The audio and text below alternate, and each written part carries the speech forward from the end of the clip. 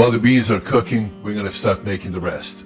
Cut up onions in slices instead of small pieces. Cut up leeks in about 1/4-inch slices. And when you slice it, don't go too far into the green part. Your beans might turn out bitter.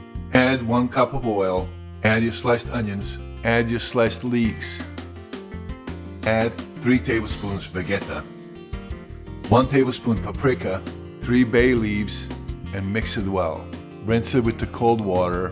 Then add all your onions and leeks mixture and then mix it well. Make sure you taste it, see if it's salty enough. If it's not salty enough, just add a little bit more salt and mix it again.